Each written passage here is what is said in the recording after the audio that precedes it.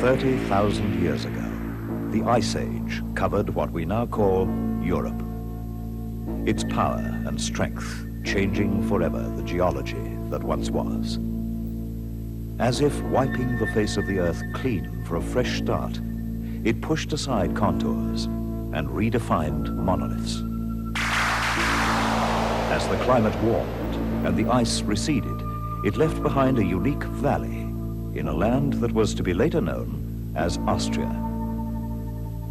3 decisive factors were eventually to make this valley a legend. Firstly, the valley had no opening. The Ice Age had closed it forever. Secondly, the valley and its surroundings were blessed with unusually fertile soil. And thirdly, a warm microclimate, a factor that was to trigger off a chain of natural events culminating in phenomena which until recently were beyond comprehension. As the sun and rains fed the valley, hundreds of varieties of herbs, flowers and grasses flourished on its slopes. Bellflowers, wild wheat, butterwort, heather, raspberry, heath rose, primrose, shepherd's purse, chamomile, mallow, chervil and clover.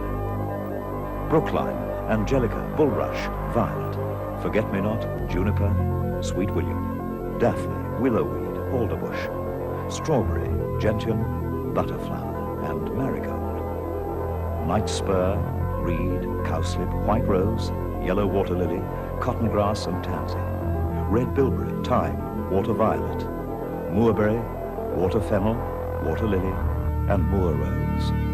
Over 300 varieties in all, many unique to this area.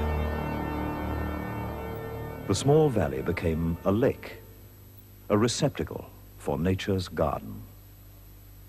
As thousands of years went by, the seasonal changes continually washed more and more flora into the lake.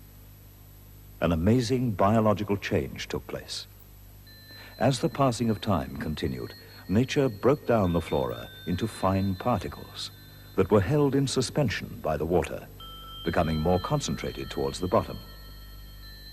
As the water became richer with nature's elements, it changed to a darker color, ranging from a light brown to a deep, rich black.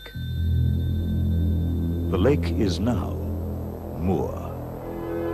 Moor is the result of the metamorphosis that has continually been taking place. Moor is rich and pure. And as we pass through recorded history, the legend of the Moor develops.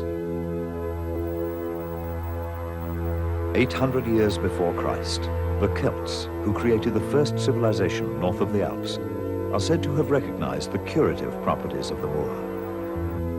Recent excavations have uncovered ancient Celtic baths, indicating the Moor was frequented as a health spa. The noted 16th century physician Paracelsus believed he had found the Quinta Essentia, the remedy in the Moor. Evidence of the Moor being used as a beauty spa as well as a health spa can be noted by the patronage of the ladies of Louis XIV's French court, and a century later by Josephine and Napoleon. Recent history has given a name to the unique Moor in Austria. It's known as the Neidharting Moor and has become a modern-day Mecca for those seeking health and beauty. The Austrian Moor Research Institute, headed by Professor Otto Stoeber, in conjunction with the Austrian government, conduct ongoing analysis programs on the Moor and have estimated there to be traces of at least another 400 species of flora. They are also responsible for the controlled usage and export of this sought-after and valuable preparation from nature.